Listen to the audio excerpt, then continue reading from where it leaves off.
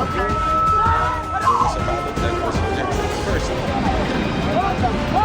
mula sa GMA Network Center, ito ang 24 Oras. Ang Rodrigo Roa Duterte.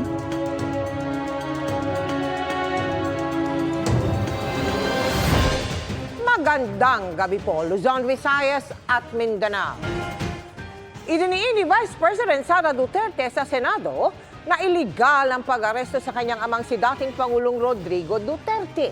Umano'y dahil walang valid arrest warrant na inilabas ang hukuman ng Pilipinas. Sinabi niya yan sa pagdinig sa issue na ipinatawag ng kapatid ng Pangulo na si Senadora Amy Marcos sa pamamagitan ng video conferencing mula the Netherlands. Kinwestiyon din dito ang desisyon ng Pangulo na makipagtulungan sa Interpol, ang tugon ng mga opisyal ng gobyerno sa pagtutok ni Ian Cruz. Good morning. This is all about politics. The administration is using government resources, the ICC, to demolish the opposition. Yan ang hinala ni Vice President Sara Duterte kung bakit inaresto at mabilis na inilipad sa Netherlands ang amang si dating Pangulong Rodrigo Duterte. Ito ang sinabi ng Vice Presidente sa pagharap niya online sa pagdinig ng Senate Committee on Foreign Relations ukol sa pag-aresto sa dating Pangulo. Nasa dahig pa ang Vice Presidente hanggang ngayon. Ang tanong ngayon, ano ang gagawin natin para maibalik ang dating Pangulo sa Pilipinas? Kasi nag-iisa ako ngayon dito na gumagawa ng paraan para maibalik ang ating dating Pangulo sa ating bayan. Git ng bise na wala ng jurisdiksyon ng ICC sa Pilipinas dahil epektibo na noong 2019 ang pag-withdraw sa ICC. Di rin daw nasunod ang proseso sa Article 59 ng Rome Statute na dapat dinala muna sa competent court ang ama matapos maaresto at dalhin sa dahig. Nasaan po ang warrant of arrest na inisyo ng hukuman ng Pilipinas? Wala. Without a valid warrant from a Philippine court, this was at best a warrantless arrest. Under the rules of court, warrantless arrests are only permitted in 3 instances: in flagrante delicto, hot pursuit, and escaped prisoner. Pero git ng Department of Justice, legal at nasa proseso ang pag-aresto sa dating Pangulo noong March 11. The IHL is the domestic law that we followed in recognizing the warrant of arrest issued against Rodrigo Roa Duterte. Which domestic law and process did Republic Act 9851, Your Honor. as mentioned previously? Yes, as mentioned previously, and within the provisions allows us two options, either extradition or surrender. We chose the executive mode, which is surrender. Ang komite ng kapatid ng Pangulo na si Senador Amy Marcos ang nagpatawag ng pagdinig na kumukwestiyon sa desisyon ng Pangulo na makipagtulungan sa Interpol para ipatupad ang warrant of arrest laban kay Duterte. Nagpakita pa siya ng mga video ukol sa naganap na pag-aresto. Isinuko natin si Rodrigo Roa Duterte sa dayuhan na para bang wala siyang sariling bayan, na para bang hindi na natin kayang humusga sa sarili nating tahanan. Pinakita rin ng senadora sa pagdinig ang mga pahayag ni Pangulong Marcos na nagsasabing ditutulong ang Pilipinas sa ICC. Why is the SOJ now saying that we are nevertheless somehow, in some miraculous way, under the rubric of the international humanitarian law, still under its jurisdiction? Your Honor, it is not the Philippines that is under the jurisdiction. It is the individuals who are charged by the ICC, which is under the jurisdiction. There is a distinction, ma'am. Our views evolve during times, at times, and I don't So you know do admit if he that still you- has the same view up to today, because we are talking about a clip which was done 1.5 years ago. Our minds can change, ma'am. Ang malinaw, walang red notice mula sa International Police o Interpol noong March 11. Ang pinadala sa Pilipinas ay diffusion request. Ang Philippine Center on Transnational Crime ang nakatanggap nito noong March 11. Nakasaad sa diffusion request ang hiling na arestuin si Duterte. Pinadala raw ang request matapos ang prior consultation sa gobyerno ng Pilipinas na pumayag na sumunod sa International Warrant of Arrest. Base raw ito sa warrant of arrest mula sa ICC. Ang diffusion po ay sa Article 97 ng Rules on Processing of Data is a standardized request Tama. to arrest, detain, or restrict movement Right. of accused. Ito, Tama, locate, pero hindi Tama pa po. hindi pa siya verified, hindi pa siya naimbestiga at hindi pa nailalagay bilang opisyal. Wala pang task force, Tama wala po pang yan, tama po. compliance review. Pero hindi po ibig sabihin nun na wala siyang value. Itinanggi din ni National Security Advisor Eduardo Año na kasama siya sa core group na nagplano noong March 11 sa pag-aresto ni Duterte. Lumabas kasi sa ibang media na ayon kay DILG Secretary John Vic Remulla, may core group noong March 11 na nagplano hanggang sa mailipad sa The Hague si Duterte. Kasama raw sa core group si Año, Remulla, DND Secretary Gilbert Chodoro at Pangulong Marcos. My role was limited to the mandate of my office to assess that the situation does not escalate into a national security concern. The implementation of the ICC warrant is beyond my mandate, and I had no part in it. And may I also state for the record that I am not aware of any core group, nor am I a member of such group that allegedly planned and prepared for the arrest of former President Duterte. The Department of National Defense and the Armed Forces of the Philippines has no law enforcement mandate. Our sole mandate is to give support to the Philippine National Police when it is asked for. Humarap din sa pagdinig si Senador Bongo na kilalang malapit kay Duterte. Bagamat nirerespeto natin ang pagdinig na ito, sinasabi ko rin po ang aking mga hinanakit na parang too late na po. Walang problema sa akin mag-hearing kahit araw-araw po. Pero ang tanong, may babalik niyo pa ba si Tatay Digong? Para sa GMA Integrated News, Ian Cruz, nakatutok, 24 oras. Hindi naman minasama ng palasyo ang pagdinig na pinangunahan ng kapatid ng Pangulo, pero sanaan niya ay maging balanse ito. May mensahe rin ng palasyo kay Senador Bato de la Rosa na naging PNP chief kaugnay ng plano nitong magtago kung ipaaresto ng ICC. Nakatutok si Ivan Mayrina. Sa pagsisimula pa lang ng pagdinig ng Senado, may puna ng Malacanang sa ipinalabas sa video na nangyaring pag-aresto kay dating Pangulong Rodrigo Duterte noong March 11. Yung video na may mga sound effects pa na para talagang maladrama ang dating. Yung gumawa po sana ng video ay hindi po na-cut or na-splice.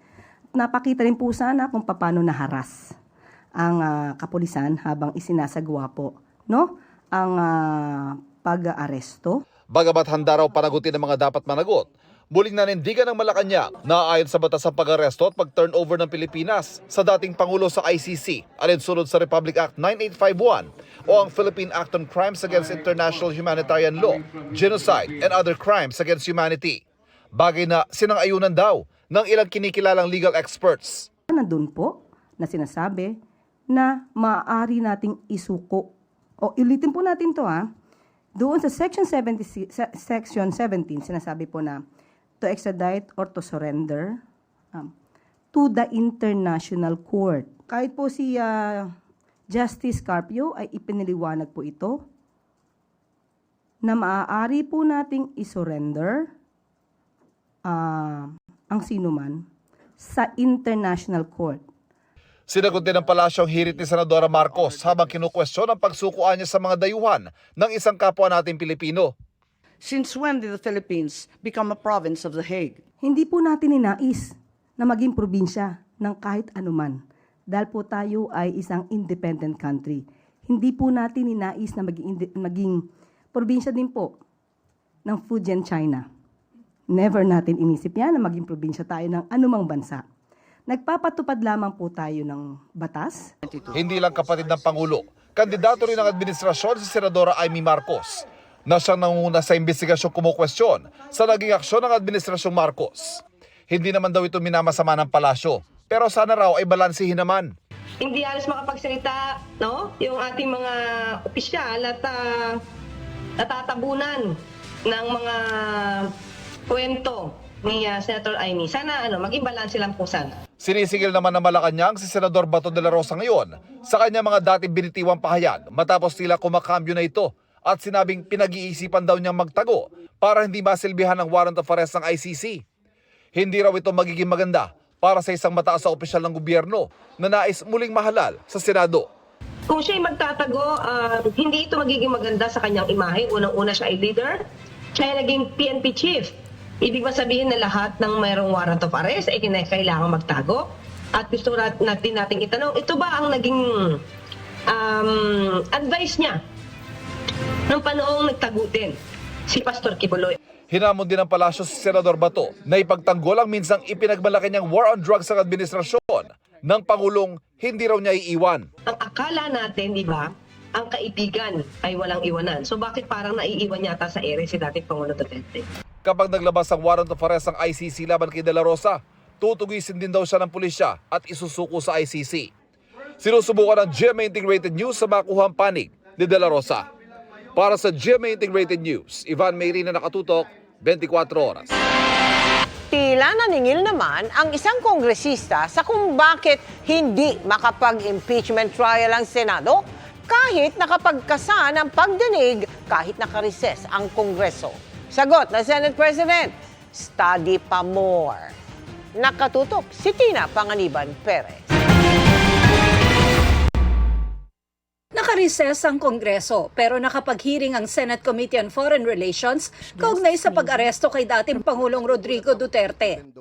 Sabi tuloy ni House Deputy Majority Leader at La Union 1st District Representative Francisco Paulo Ortega, kung kaya ng Senadong pag-usapan ng ibang paksa, dapat ding handa itong talakayin din ang impeachment case laban kay Vice President Sara Duterte. Sabi pa niya, justice delayed is justice denied at kailangang ipakitang walang sino mang higit sa batas.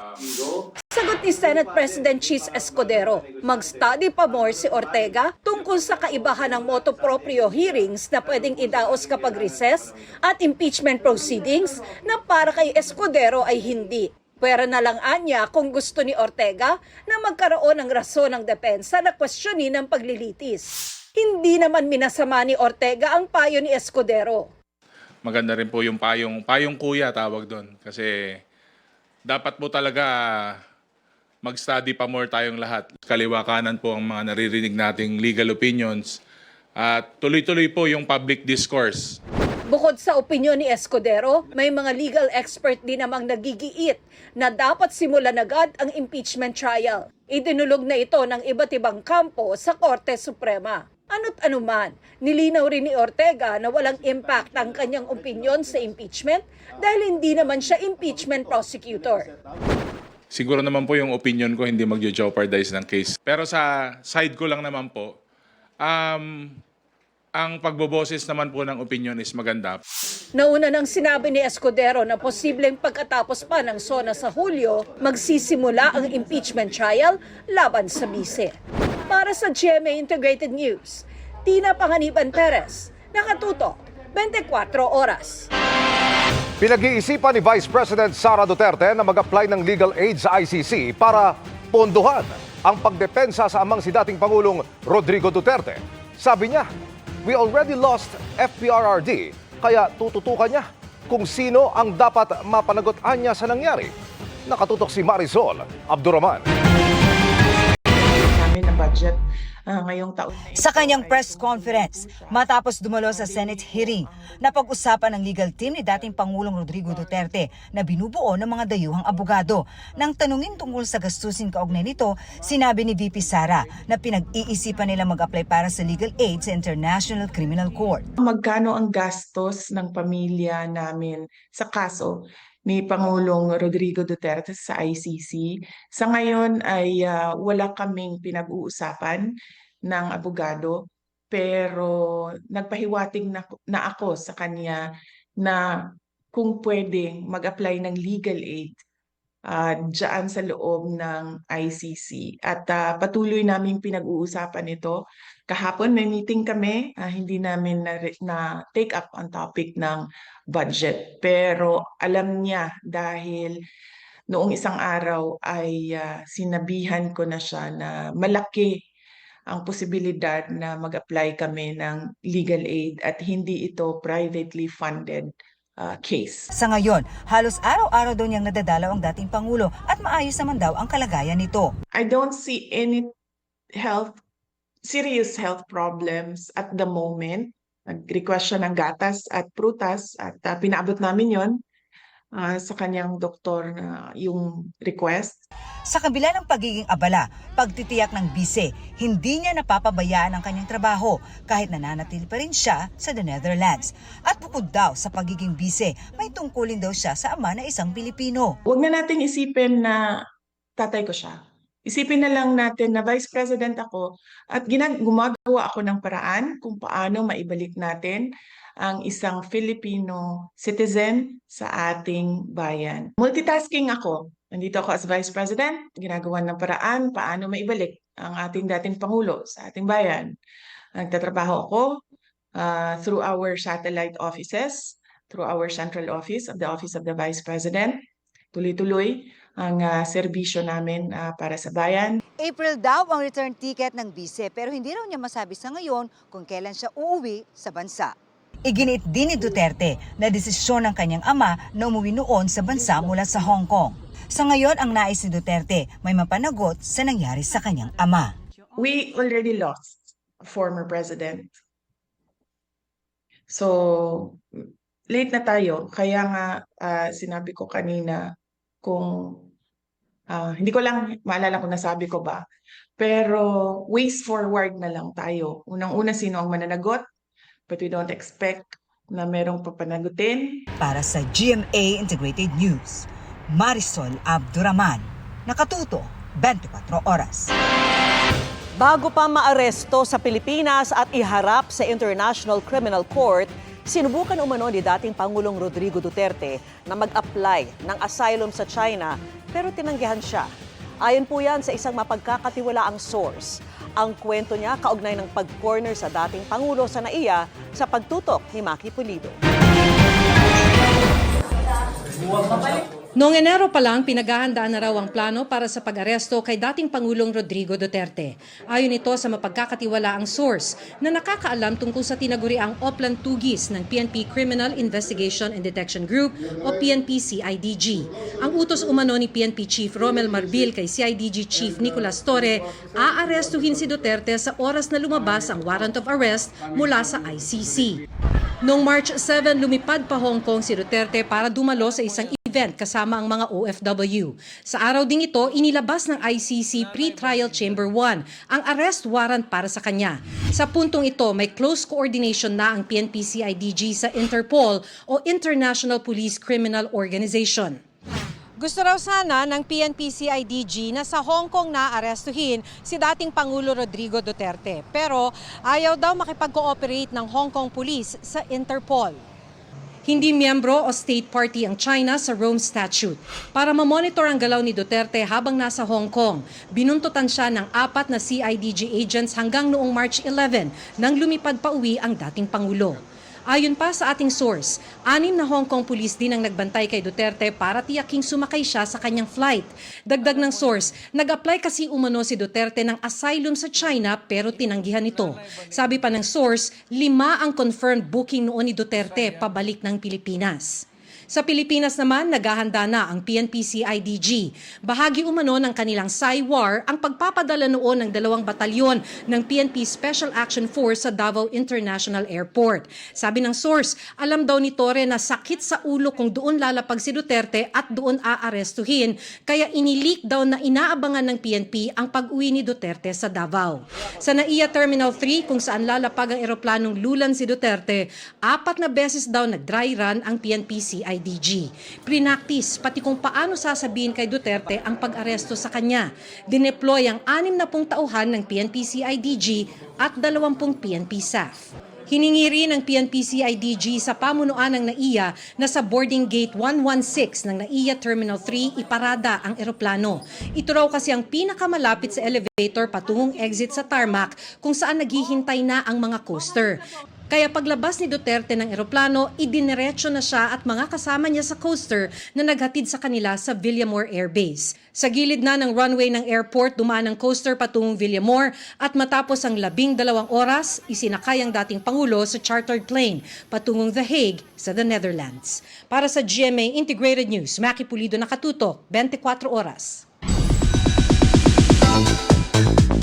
Chika Minute na po mga kapuso at ang maghahatid ng latest sa showbiz happenings ngayong gabi, si Sugar ng My Ilonggo Girl, Ara San Agustin. Ara! Thank you, Miss Vicky, and good evening mga kapuso! Ilang oras na lang at mapapanood nyo na ang inaabangang finale ng aming serye na My Ilonggo Girl. Pero bago yan ay nagpasaya muna kami ng mga kapuso natin sa Pangasinan. Narito ang report ni Jasmine Gabriel Galban ng GMA Regional TV. Sa malakas na hiyawan pa lang, ramdam ng excitement ng mga kapusong nakisaya sa ginanap na GMA Regional TV Kapuso Mall Show sa San Carlos City, Pangasinan.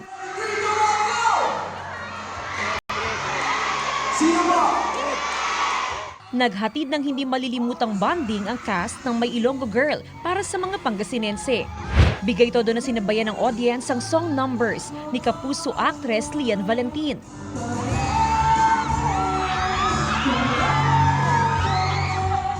At ni Kapuso actor Yasser Marta.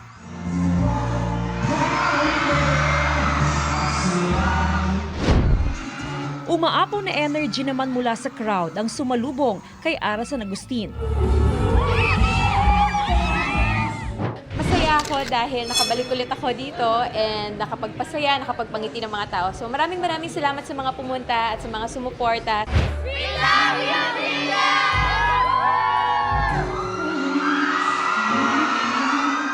Lalo nang lumabas ang bida ng serye na si Kapuso star of the new generation, Jillian Ward.